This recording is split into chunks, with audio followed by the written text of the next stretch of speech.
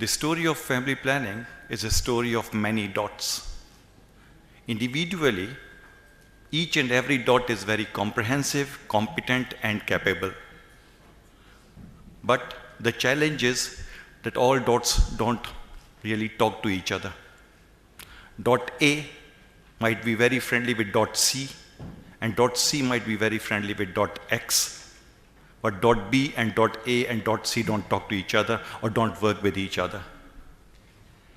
If we could have all the dots joined, we would have a straight line that would lead the community to the policy. This is what is missing. It's really fortunate to have all the dots sitting here together. Let's see how we can connect the dots effectively for a very effective family planning program. I would like to welcome the panelists to the dais. Rita Cabra from WHO, Saad Abdul Monin, Chong Hee Huang, and Nandita Thate.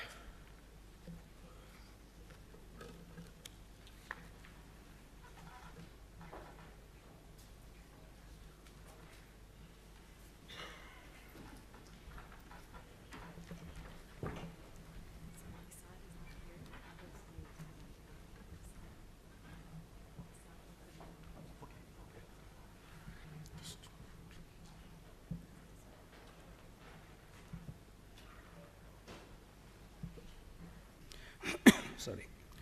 Regarding the communication campaign, we did some basic research. We went to states, did some field research, and came out with the issues which need to be addressed. And these were the 4 primary issues which came out of the discussions. One was the increased spousal communication, delay in the first child, then the introduction of new methods, and role of men. And in a scientific way, what we did, we went around these particular 4 communication areas and developed our software, which are actually TV commercials, prints, posters, then there are audio visuals. What we have been able to do is that right now we have a dedicated helpline. You can see the number there, which addresses issues on family planning all across the country. Prior to this rollout, we were having around 200 calls a day to this call center. Right now, we are addressing around 1,600 calls a day, which is a huge success. We have increased the seats over there. Instead of the 8 seats we had now, we have made around 20 seats around the clock. We also have a dedicated website for family planning, one of a kind. It's not there for any other program in India. And this website is something, again, which is disseminating information on family planning to the lay people in a very simple language. And also, it also includes all the activities that we have in the family planning program. We might upload this particular meeting that we are having on this particular website by the end of the day or by end of tomorrow. Then we have the television commercials, which have been done with famous cine stars, celebrities, and also WhatsApp videos, which has been celebrity WhatsApp videos, which we are circulating through the WhatsApp.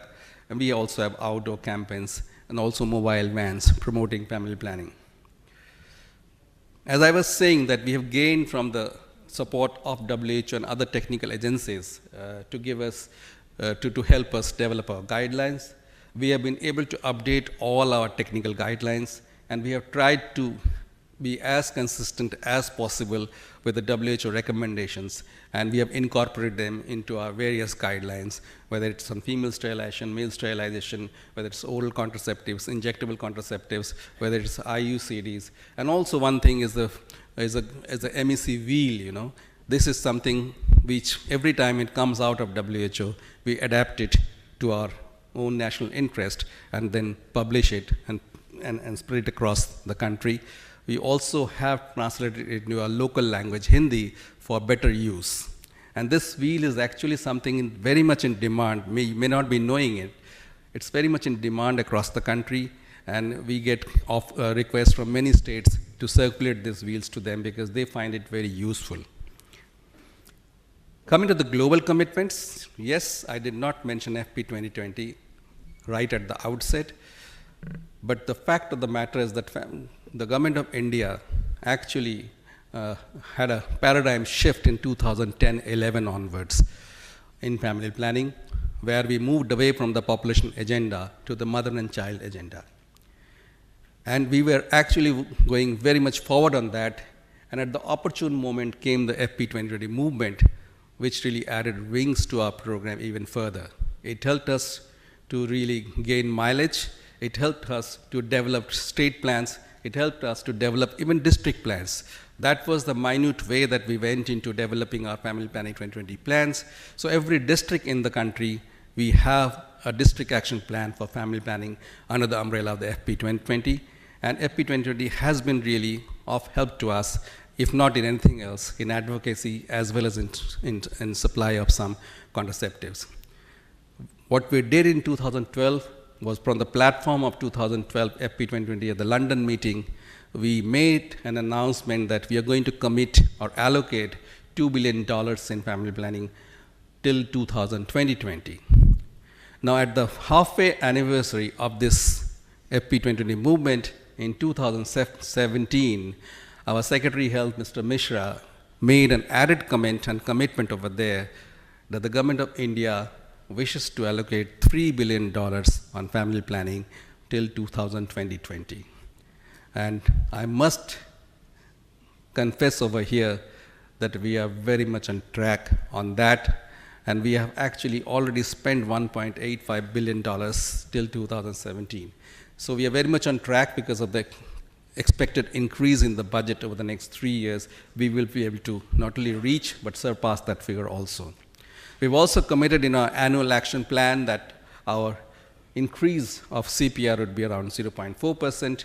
You would appreciate that we are at the top of the S-curve. It's not easy for us to increase the CPR beyond a certain point. Even there, we thought that probably the one that which is doable and not just sort of a tall order, is that 0.4% is something we will be able to achieve, so we have committed to that. And also, we want to increase our demand satisfaction level from the present 73.6 to 74%, which we feel that we'll be able to achieve. And as mentioned by Anoma also, SDGs 3.7 and 5.6, this is very much part of our policy document also. In our health policy document, we have mentioned about this, that we will ensure universal access to sexual and reproductive healthcare services, including for family planning, information education, and the integration of reproductive health into national health strategies and programs. So this is something which we have committed in our policy document, so we stand by that. And there are certain best practices and innovative approaches what we have done. If you see, we have a scale-up of the postpartum IUCD services. As of today, it's around more than 5 million insertions have been done since inception till January 2018. Now, the best part of it is that out of 36 states, around 28 states have done it on their own. And that is the greatness of this particular program that we have been able to do. It's absolutely self-reliance. We have taken advantage and support from the implementing partners and technical agencies sitting over here. But then, what we have been very conscious of, that we have to develop our integral capacity, which we have been able to do. States like West Bengal, states like Haryana, states like Tamil Nadu, states like Karnataka, they have done wonderfully well in this PPI-ICD, even if there is no partner there. So we have been trying to have this model that we have the stimulation from the partners, and then actually have a sort of a self-reliance on each of the initiatives that we talk about. In terms of expanding basket of choice, this is something ultimately had to be done, and we had, again, very proud to say, done it on our own. We have been able to roll out the injectables all across the country, and we have been able to reach our commodities to each nook and corner, including the difficult Northeast as of today. Community health workers is another area where we have worked very strongly. And then also the differential funding for hard to reach and difficult areas. So this is a tenet of the National Health Mission. We provide them 30% additional budget. Also for the Mission Parivar Vikas districts, which is 146, there too we provide around 30 to 40% additional budgets for family planning. So these are the best practices, some of the best practices. There are 3 or 4 over here. We are not listing it over here because we still have to get evidence of those, say, in the next 1 to 2 years when we'll put them into best practices list. So the principles that we have with the partnerships and the integrations, we have partners who help us in advocacy. And most of you are sitting over here. We have partners who give us technical support. I don't need to enlist or rather enumerate the names of the partners because there are so many of you over here. And then we have partners who are implementation partners. We have partners who help us in monitoring and evaluation. And we have partners who help us generating evidence and to feed into the policy formulation. So these are the list of the partners. If you see at the top, the prime donors we have, the agencies, and then you can see where your name figures. I think it's a comprehensive one. If somebody's name is not there, please come back to us. We will put your name next time. Maybe I missed out 1 or 2, but these are the ones with whom we liaise very commonly. And we are very proud to say in all our presentations, if it is of a regional level or international level, to mention very strongly that family planning is key to achieving sustainable development goals. We actually have come out with a presentation which says that family planning affects each and every of the ones or the 17 indicators mentioned in the SDGs, either directly or indirectly. So then what is our focus? Increasing access to quality family planning services for better maternal and infant health outcomes and overall development. Thank you so much.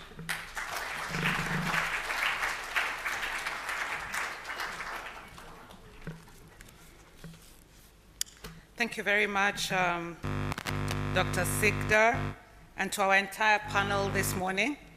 I don't want to really summarize what they've said, but I think they have set the agenda for us very well, coming from the global picture that was presented by Dr. Jayatilaka, where WHO, highlighting WHO's leadership and guidance. Dr. Varun also emphasized the importance of access and reproductive health and rights. And then finally, in the presentation of Dr. Sikdar, we have seen how it's put into practice and the work that is happening here in India to ensure access to family planning for all. So these presentations really present the foundation for our work in the next 3 days. I encourage you all to follow up with them, engage further during the breaks, ask questions, etc. So I'd like to just ask you all to thank our presenters. Yeah, thank you very much. And please feel free to do that. I will not open the floor to any questions to the presenters, so I will just let them take their seats back. Yeah. I'd like to welcome the next panel. Thank you very much. The next panel is going to be moderated by Vineet Sharma from UNFPA, so I'm happy to hand over to you. Please welcome to the podium.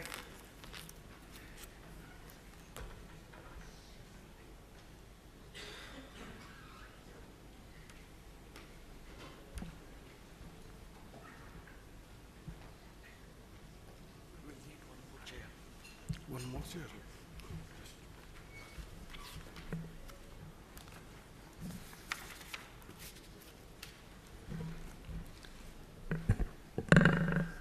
Good morning, friends.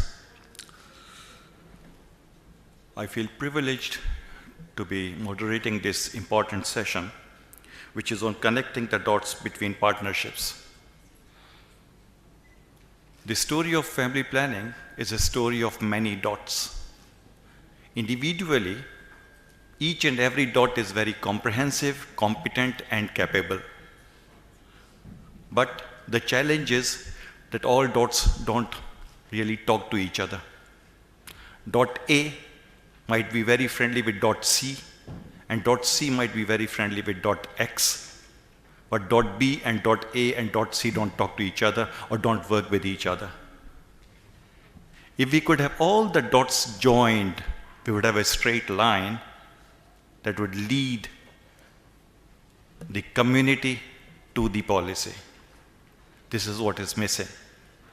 It's Really fortunate to have all the dots sitting here together. Let's see how we can connect the dots effectively for a very effective family planning program. I would like to welcome the panelists to the dais. Rita Cabra from WHO, Saad Abdul Monin, Chong Hee Huang, and Nandita Thate.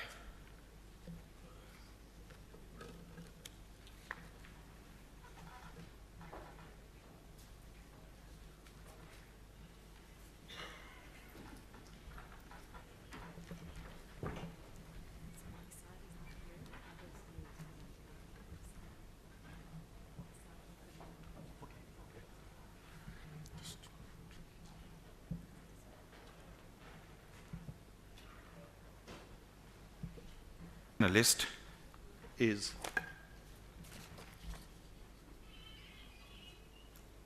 Rita Cabra from WHO headquarters. Rita is an old friend, old not in terms of age, old, we are both young, very young, old in terms of the number of years we have known each other. We have been working together, it's always been a pleasure working with Rita. She's a very hard-working, a very sincere, and a very tough taskmaster. Well, Rita is a medical officer with over 20 years of experience in reproductive health. She is current project manager for the FP umbrella project in the Department of RHR, Reproductive Health and Research at WHO headquarters in Geneva. She has worked with WHO for over 15 years. Prior to joining WHO, she worked with the Indian Council of Medical Research, again a very prestigious assignment, I'm sure.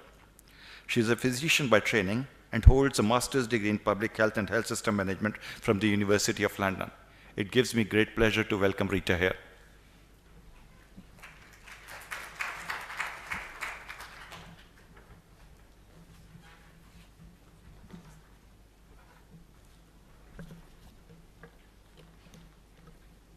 Thank you, Vineet. And thank you, everyone, for welcoming me here. It's really a pleasure to see so many familiar faces, some new and some not so new, but it's always a pleasure to see all of you. As Vineet mentioned, yes, I have been here. I started my career with ICMR, and I was working with ICMR, with the HRRC, with Safdarjung Hospital, implementing WHO guidelines. So working very much with Ministry of Health and Family Welfare. Dr. Sikdar was not there at that time, but I was working in Ghaziabad in district Bisrak. So when I started taking this job, and when this job came, it really excited me, because what I did in my past is implementing WHO guidelines. And what I'm doing now is supporting countries to implement WHO guidelines. So every time I think of it, I relate with my time at Bisrak, at public PHCs, sub-centers. Of course, I have more experience from India than in other countries, but I can relate and see, okay, how are these guidelines going? Are they going? Are they not going? Are the supplies there? Are they not? How the supplies get stuck at the CHS hospital and does not reach sub-center? These are some of the issues which are always in my mind when I'm trying to implement. But now, without saying much, I think I'll go straight to my presentation. So this is the presentation on WHO Family Planning Umbrella Project. Okay, I had changed, but it looks like we are going on the old one. So WHO FP Umbrella Project started in 2012. So we only have 3 years of experience, but we would talk a little about it. Especially, I would limit myself to the work we did in the Seattle region, which has been presented earlier, but I would go about. These are some of the global initiatives in which we are working. This is the context. The context was very well mentioned by the previous speakers. It was mentioned by Dr. Bulbul, it was mentioned again by Anuma, and it was mentioned by Sikdar also. So health in SDG era is where we are talking about, which will lead all our initiatives. We are working towards goal 3 and more towards goal 3.7 and 5.6, which are on empowering women and universal access to health. At the same time, we also have the FP 2020, which again will be spoken by another speaker, and I will not go into that. And then we have the Global Strategy for Women, Children's Health, which is again the new strategy with which we are working. And we have the Global Financing Facility, which is a partnership on how countries could be helped financially to decrease maternal mortality. So it is within these initiatives that the FP umbrella project is placed. How could we help countries to support to achieve their SDGs, to achieve their commitments towards FP 2020? We all know this. I'm not going to spend much time, but we have been told that, and we all know that family planning is the way to avert maternal deaths. It is the way to improve health. It is the way to decrease burden of disability, almost to 67%. And the latest evidence by Lancet, which said that if you could use contraception over 60%, you would reduce the maternal mortality by 65%. So these are some of the issues which have already been discussed. These are some of the guidelines and tools WHO has been working on. And some of these you are familiar with. This is one of them is the MEC. Okay, I forgot to bring it, but I think, yeah, this is the wheel. This is the wheel which has been very, very popular, and Dr. Sikdar had mentioned. And I just wanted to ask how many of you have seen the blue wheel and the red wheel? The blue wheel is the generic wheel from WHO, and the red wheel is the wheel which has been developed for India. So the blue wheel. And the red wheel. Great. So there is still some of you have seen, some of you haven't seen. So we need to ensure that all of you have the wheel and all of you work towards implementing the wheel. So the wheel is a very unique tool, and I don't want to go into details, but it is like a job aid. And most of the countries and most of the regions have committed themselves to use this as a job aid to avoid duplication, to avoid making more other tools. So this is a very good tool, and I would really recommend those who haven't used it to actually talk to Dr. Sikdar or to other partners or to WHO and ensure that they have it, and then they can take it forward. Not going into the other tools, but these are some of the tools which have been developed by WHO. And as these tools were developed, and as we were thinking about the next phase of the project, we looked into some of the challenges. And we found that there are challenges in implementing these guidelines. As you just saw, that only half of us have seen a small tool like this. And then we just showed you how many more tools are there. And all these tools are important. For example, we have the tool identifying and documenting best practices. Not many of you have seen. My colleague would talk about this soon, but this is a very important and very new tool which has come. We have another tool which is very important and which I was discussing yesterday, came up from WHO officers saying, how could we monitor quality of care? So this is a checklist used to monitor quality of care, but they're not available. So these are some of the challenges we are seeing in implementing WHO guidelines. Either they are not available, or they are not translated, or there is less engagement of country officers, or there is less documentation. So based on these principles, this umbrella project was started. The project started in 2015. How could we strengthen the policy and health systems response to reduce the unmet need for contraception and ensure equitable access to family planning services? The project started in 2015. It started from African regions and then expanded to Southeast Asia and to Eastern Mediterranean. You would see if it is, I put 2018, and I will come back to it later. So under this project, we identified 4 key approaches. The first was based on the challenges I just shared with you, that many people said these WHO tools are very difficult to implement. So the first approach was, how could we make these tools more simplified so that they can be adapted and implemented? We would talk about it. The second, of course, how could we build regional capacity? As we said that implementation of guidelines is important. HQ cannot, there are only few people, we cannot do it. So how could we build regional capacity? And here we have Dr. Anoma, very small team, So it is not Dr. Anoma, but it is how could we build regional capacity among our partners to support implementation of the tools. How could we support technical support to countries? And Dr. Sikdar had mentioned very clearly how he needs technical support. This is just an example, but countries need technical support. So third approach was how could we work directly and support countries based on their needs. And fourth, of course, is why we are here. How do we do better linkages with partnerships so that together we could reduce unmet need? And the whole approach was on monitored and evaluated so that as we move, how could we learn from what we have done and implement it within the program? So our project was not standstill, okay, we will do it. It was a flexible approach, learning from our experiences, building into it, and moving ahead. So based on the first approach, we developed some simplified guidelines. You have already seen the MEC wheel. One of the key tools developed under this was MEC SPR Implementation Guide. Some copies of this are outside, and you could have a look at it. This would help countries how to adapt and implement guidelines, specifically the MEC and SPR. I'm not going into the details of these guidelines because I think most of you know, but this is one of the tools we developed. The another was the Postpartum Family Planning Compendium, which is an online platform and on which we are working on how could we, everybody, include even women themselves, go on the internet and identify which contraceptive is best for them. I just talked about the documentation guide. These are the guides to monitor quality of care. And then this is the guideline. These are adolescent briefs related to issues related to adolescent. So these are some of the tools developed to help countries who have not yet adapted to adapt their guidelines.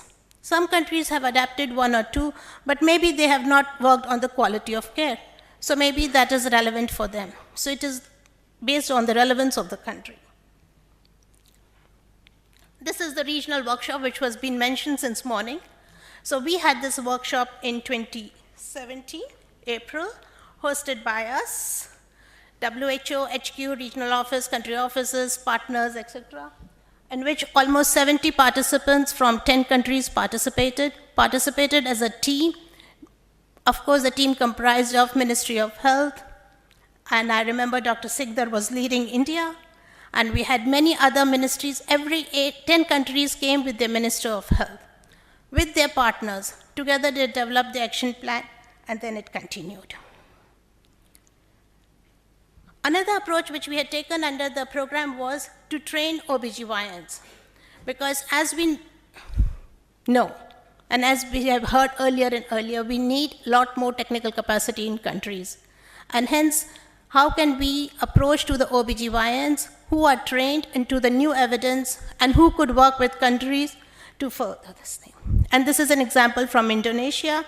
A similar thing was also done in India, and I think some of you may have participated in it. The third approach was, of course, technical support to countries, where we focused approaches on certain countries, and we had focused activities related to postpartum family planning, task sharing, adolescent contraception, and we had given some funding to the countries, but the idea was to leverage more funding and to use domestic resources. These are some of the countries we had supported during 2015 to 2017, and 7 countries were from Southeast Asia. From the Umbrella Project, we supported 7 countries, but the WHO CRO office supported another 3 countries. And of course, we followed the contraceptive S-curve uptake, and you could see here that the countries which are here they need to increase their contraceptive prevalence.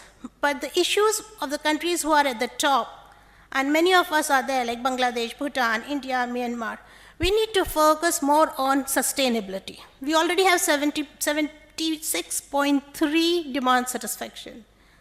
We need to focus more on sustainability, quality of services, expand the range of method mix, and reaching the underreached. And it was really heartening to see Dr. Sikdar mentioning all these on which India is focusing. But India is one country, we have 10 countries here more to do it. So we need to see which particular approach according to S-curve would work for us and accordingly implement. I'm going to go through this very quickly because already discussion has happened that many countries in the SEER region have adapted national guidelines and WHO tools. Okay, so this is just to give you a quick glimpse of some of the adapted MEC wheels. MEC wheel adapted in Bangla, MEC wheel adapted in Bhasa, and then MEC wheel adapted in Burma. And some of them have not only been adapted but also disseminated. The Indian wheel was shown earlier to you in Dr. Sigdar's too. And interestingly, Indonesia has already got as an app. So if anybody wants to download, and if anybody wants to make a mobile app, I would really suggest go to the app store, download MEC wheel Indonesia, and you could convert it into your own country wheel. Much, much quicker, much faster, you save energy, save time, and this is the way to go because now everything is on your mobile. You can see which contraceptive is good for which women. And the use of this is still being evaluated, but anecdotal studies and anecdotal things have said that this has really improved contraceptive supply. It has empowered the women who is the A&M or who is the ASHA if she's using it at community level. And it has reduced provider bias because very quickly now the health worker can see which contraceptive can be given to which women and has been found to be a very useful tool. This quickly is to show the linkages and partnership. So we have been working with all these, I'm not going to read, but all these partners in different capacities, in different places to strengthen family planning programs. Some of the key achievements, of course, mentioned, developed and disseminated guidance. Almost the MEC SPR has been developed in 8 countries, and to be developed, the TRP, the Training Resource Package, is now under revision and it is being now adapted. Then we leveraged a lot of funding and partnership. We have increased commitment to strengthen postpartum family planning and motivated trained experts. I think this was our key achievement, that they were motivated trained experts who continued now on their own to support implementation of WHO guidelines. And this is to just show you how a ripple effect happened when a staff was motivated and they are demonstrating the use of MEC wheels and WHO tools in Indonesia. And they are again having training sessions. This is all without WHO staff there. The expert who was trained is doing further training on MEC wheel. This is the experience of Maldives, where the consultant trained at the regional office went to Maldives and supported the ministry and the government to adapt the national guidelines, to adapt the recommendations on family planning tools. Another example from Pakistan, where the OBGYN trained in one of the sessions went and presented WHO recommendations. Okay, these are also some of the publications and documentation which we did on Umbrella Project, and you could look into it, and it shows what are the different approaches and how we are working on it.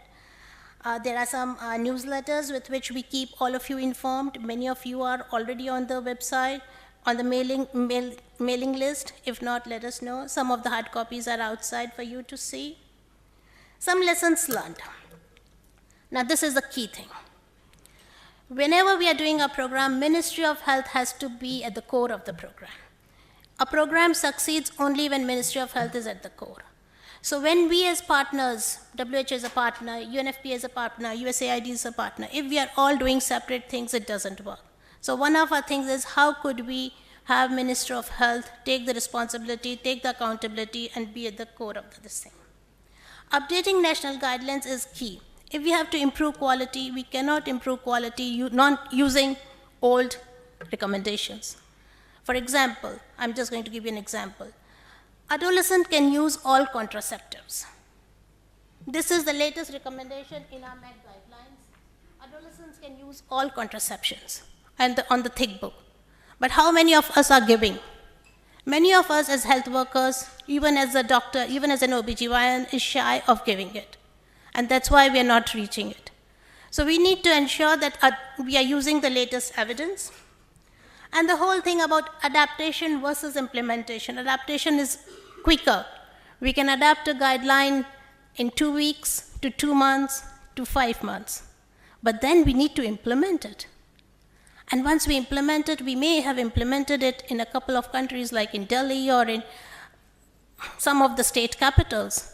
But is it reaching Bisrak? Is it reaching our primary health center? No. So we need to do about this. We do not need to just limit to adaptation, implementation, but we need to scale up. We need to ensure that it reaches, it disseminates as far as possible.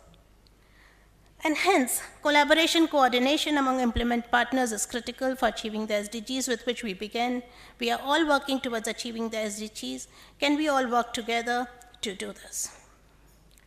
So this is what I'm going to say. So we are almost finishing with phase 1 of the umbrella project, but we are starting the phase 2. And that's why it was 2018. In June, we start phase 2. And we would really come back to you and talk to you and find out, and also lessons learned from this meeting would go in framing the phase 2. So we are here to see how could we connect together, how could we collaborate, and how could be more efficient in delivering to what we have committed. And this is what we need to do. So in the end, I just want to say, let's connect, let's do it together. As you know, WHO exists in an ecosystem of partners, and without partners, we cannot do. All guidelines are available on this website, and anything you need, we are here. Thank you. Let's do it.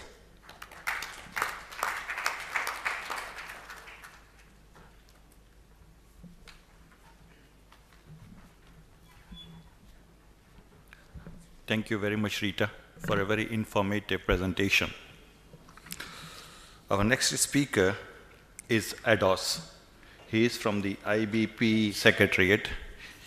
Unfortunately, Saad has not been able to come here, so Ados will be making the presentation on his behalf, and it's on high impact practices in family planning. I'm sure many of us have been using these high impact practices for advocacy, for implementation, and it will be wonderful to hear from Ados about these high impact practices.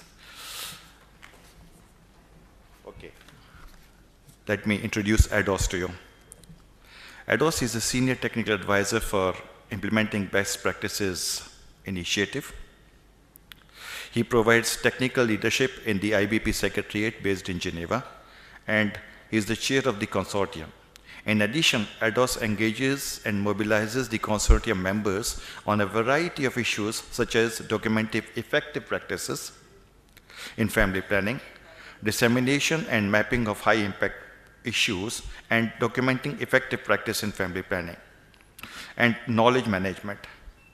Prior to IBP, Ados was based in South Africa as a regional advisor to the International HIV/AIDS Alliance. He has over 15 years of experience in international public health, program design, technical assistance, management, and capacity building.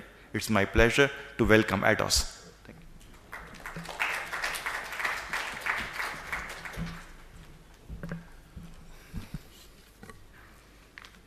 This is number 2.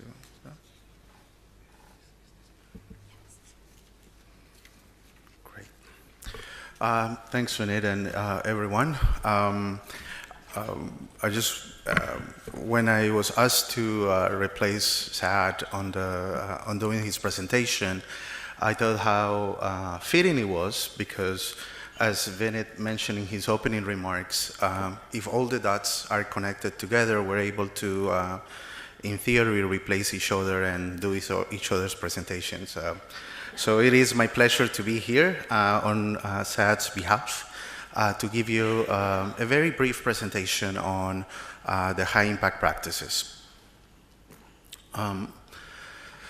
First of all, I would like to share with you what high impact practices are and what they're not.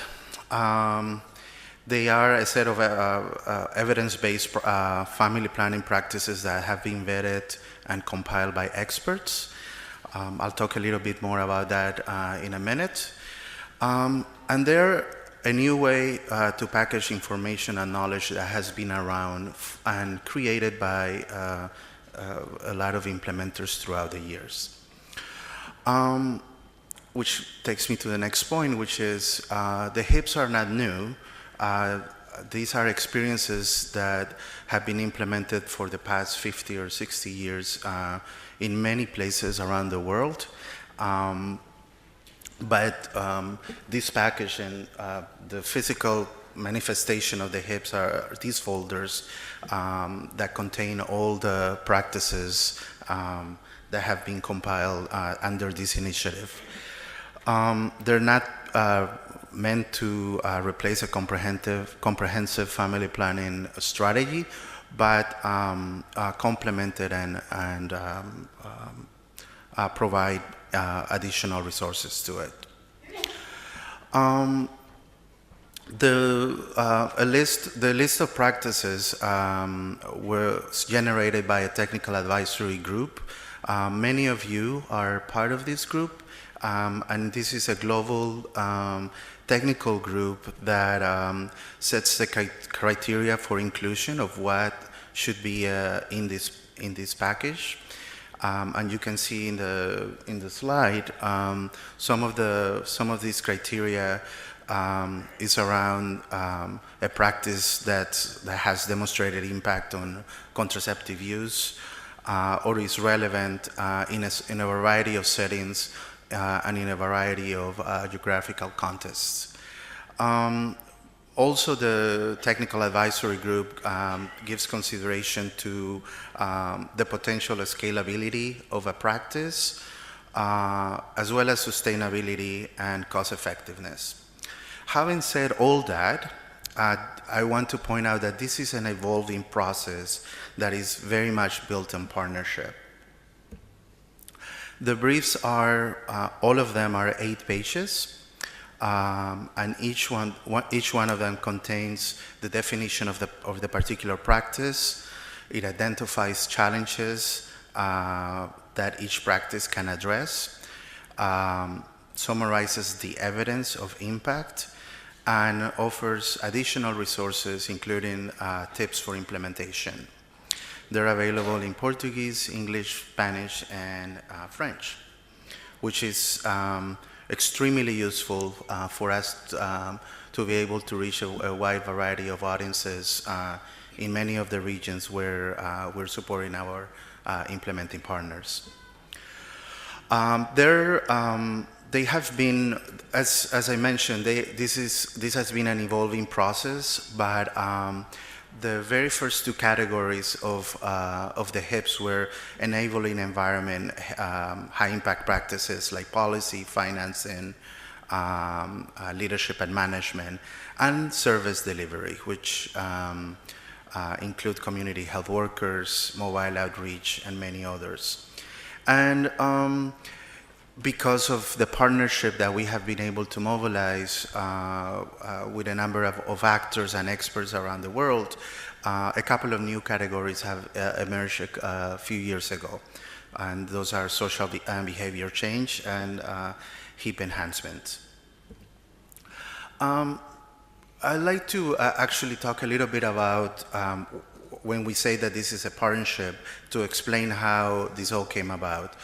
USAID a number of years ago thought that it would be a very good idea to compile evidence and particular practices to give guidance to their technical officers and health officers that perhaps didn't have as much experience in family planning, but would be responsible to manage some of these projects at a mission level.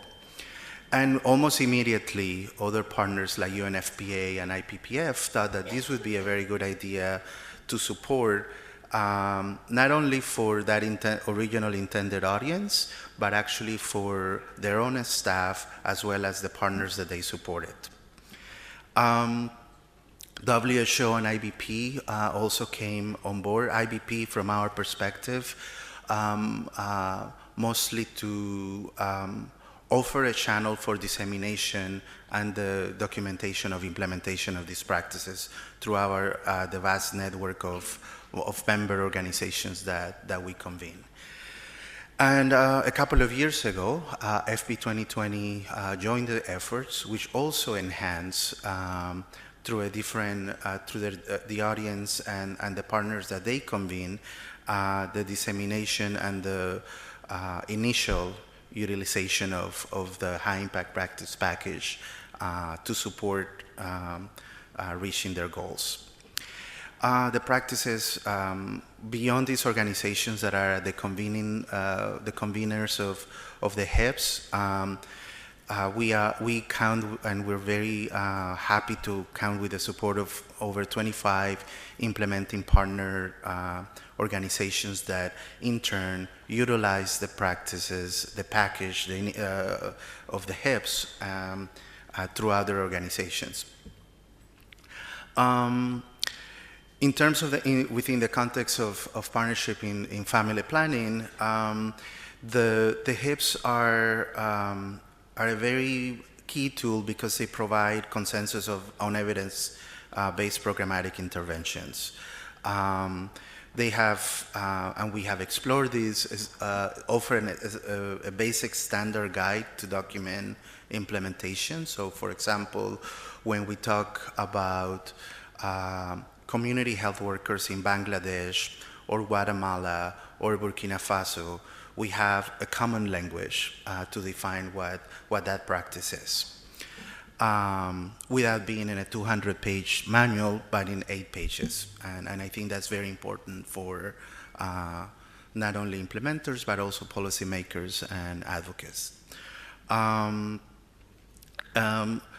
A key thing, a key element of the HIPs is that we recognize that they should take into consideration the country context and based on country priorities. So not all HIPs should be implemented at a country, but those that actually respond to the needs of that country at that particular time. And again, this has been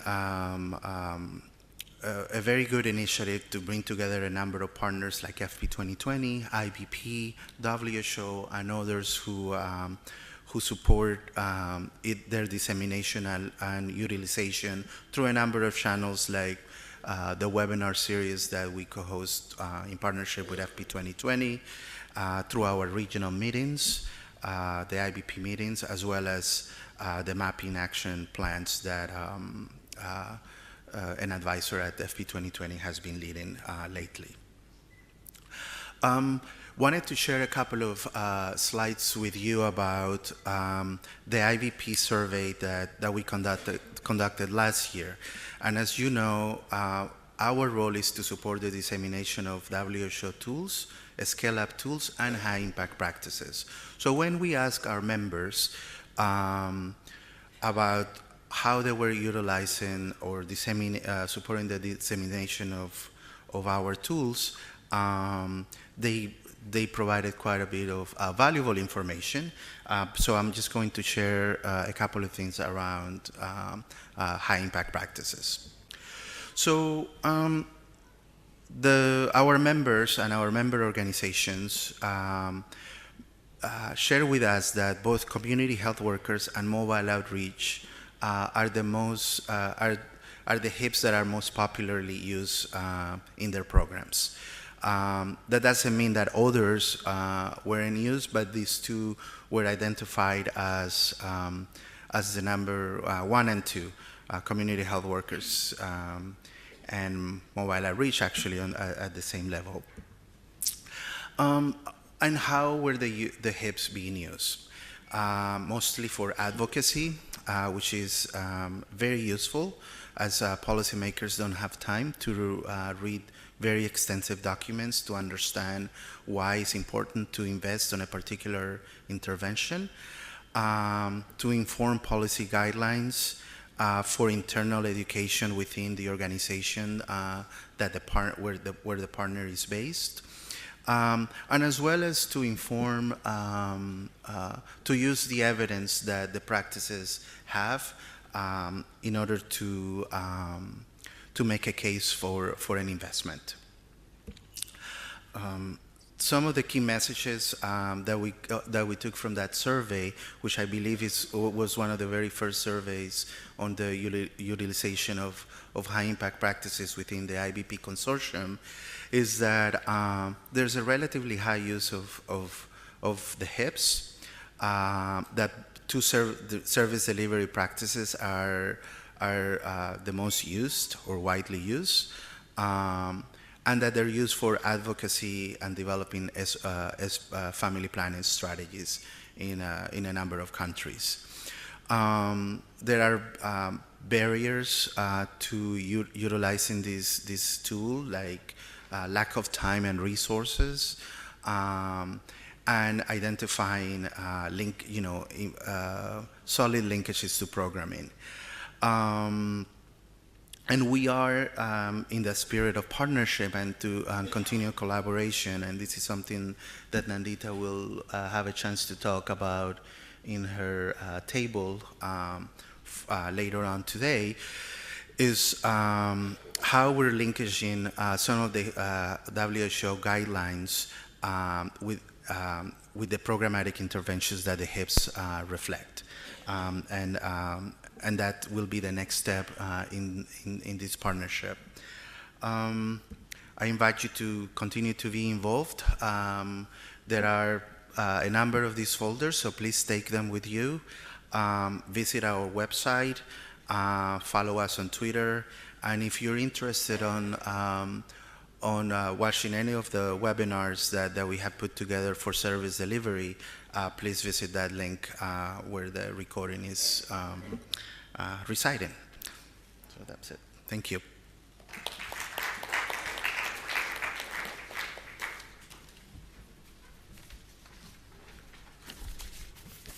Thank you very much. As I mentioned earlier, many countries, many program managers have really found the high impact practices very useful. The only problem on a lighter side would be when we say HIPs are useful, informative, and attractive, sometimes it could be dangerous. So we have to be careful. When we mention HIPs, we are only talking about high impact practices here. Okay, a few years ago, after 50 to 60 years of programming, active programming, many family planning programs globally started to suffer from some program fatigue, a light slumber. It was at that time that the global community came together to revitalize, to reawaken the family planning program together. And that was the birth of the FP 2020 movement, which has really become a revolution now. FP 2020 has contributed in the last few years tremendously to the advancement and promotion of family planning globally. I would like to welcome another friend, Chong-Hee Huang, to discuss the family planning FP 2020 and to inform us about the activities in this region.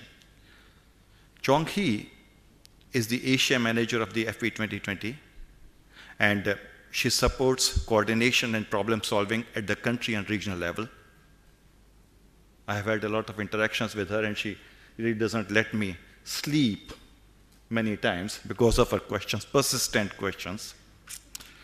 She has served, before joining FP 2020, Chong-Hee served as director of the Korea Foundation for International Health Care, and she developed mid and long-term strategies for bilateral official development assistance with the Korea International Cooperation Agency.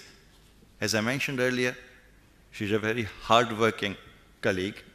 I would like to welcome Chong-Hee to share her experiences with us. Thank you.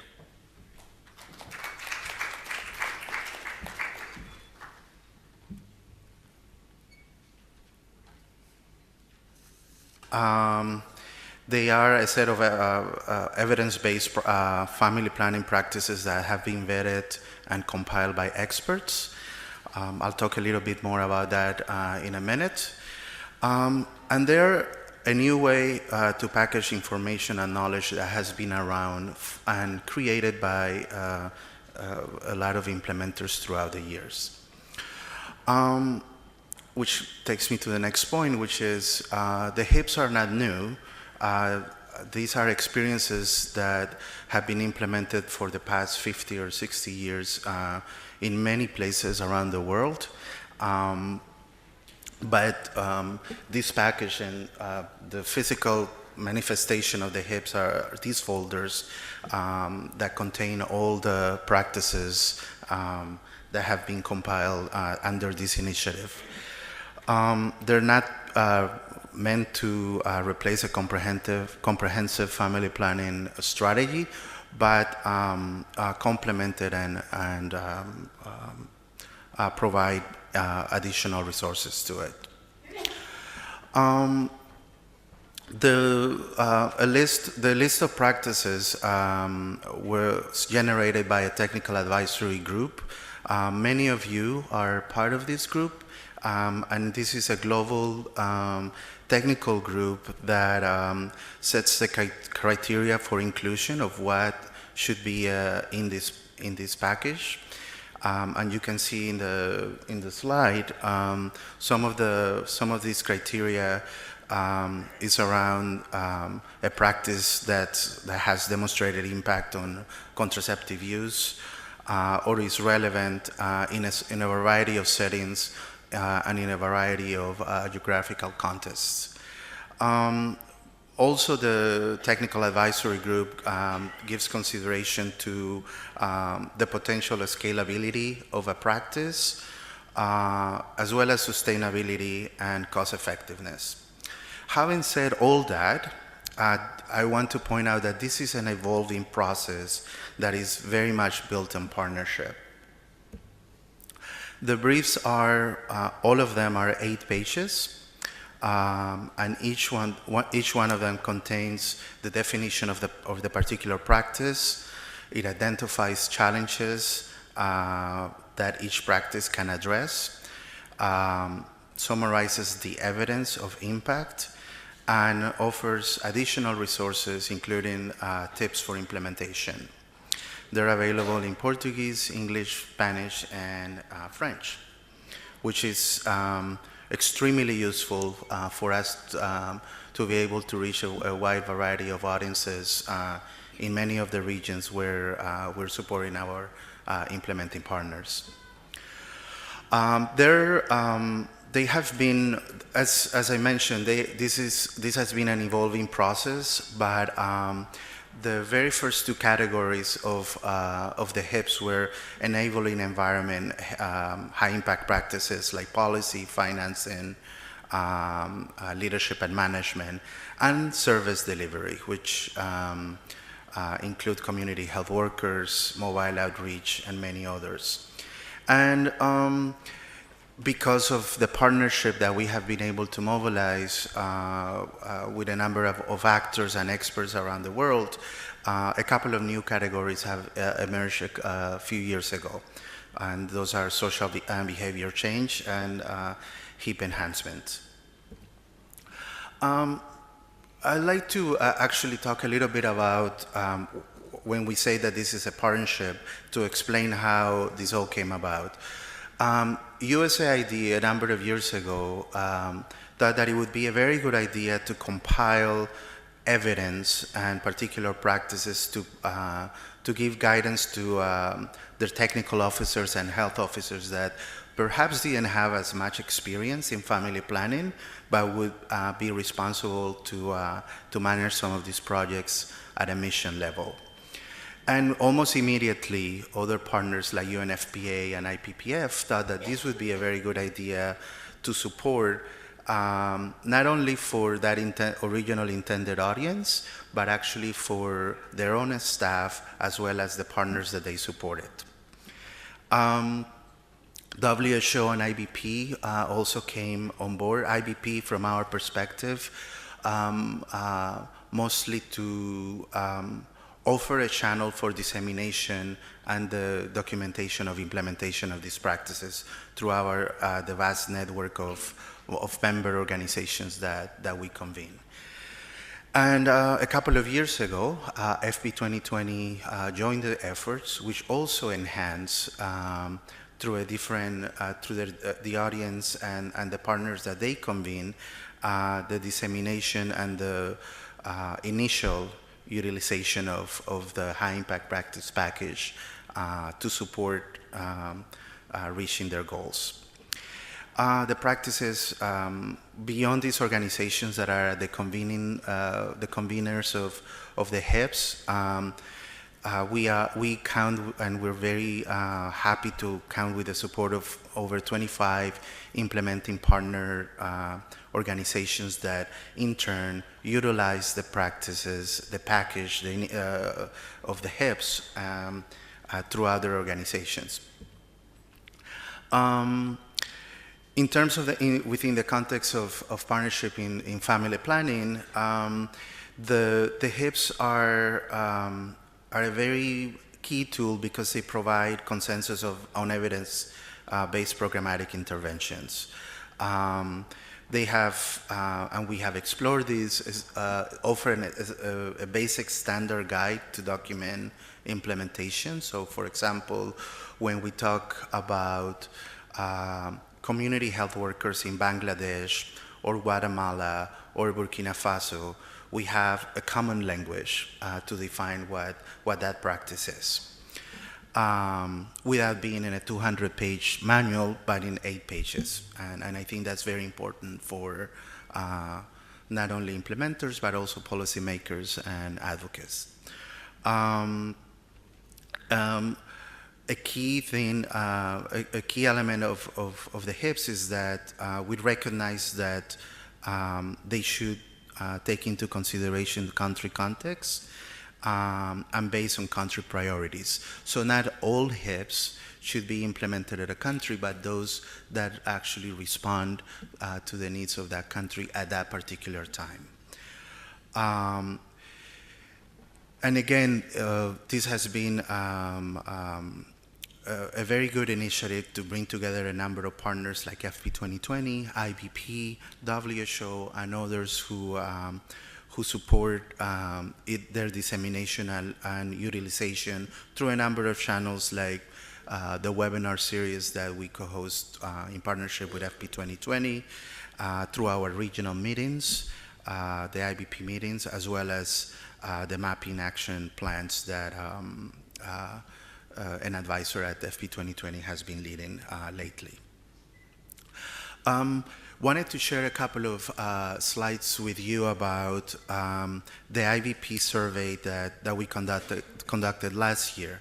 And as you know, our role is to support the dissemination of WHO tools, scale-up tools, and high-impact practices. So when we ask our members about how they were utilizing or supporting the dissemination of our tools,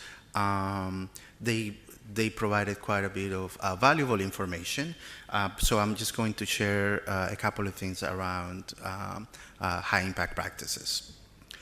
So our members and our member organizations share with us that both community health workers and mobile outreach are the HIPs that are most popularly used in their programs. That doesn't mean that others were in use, but these two were identified as the number 1 and 2, community health workers and mobile outreach actually at the same level. And how were the HIPs being used?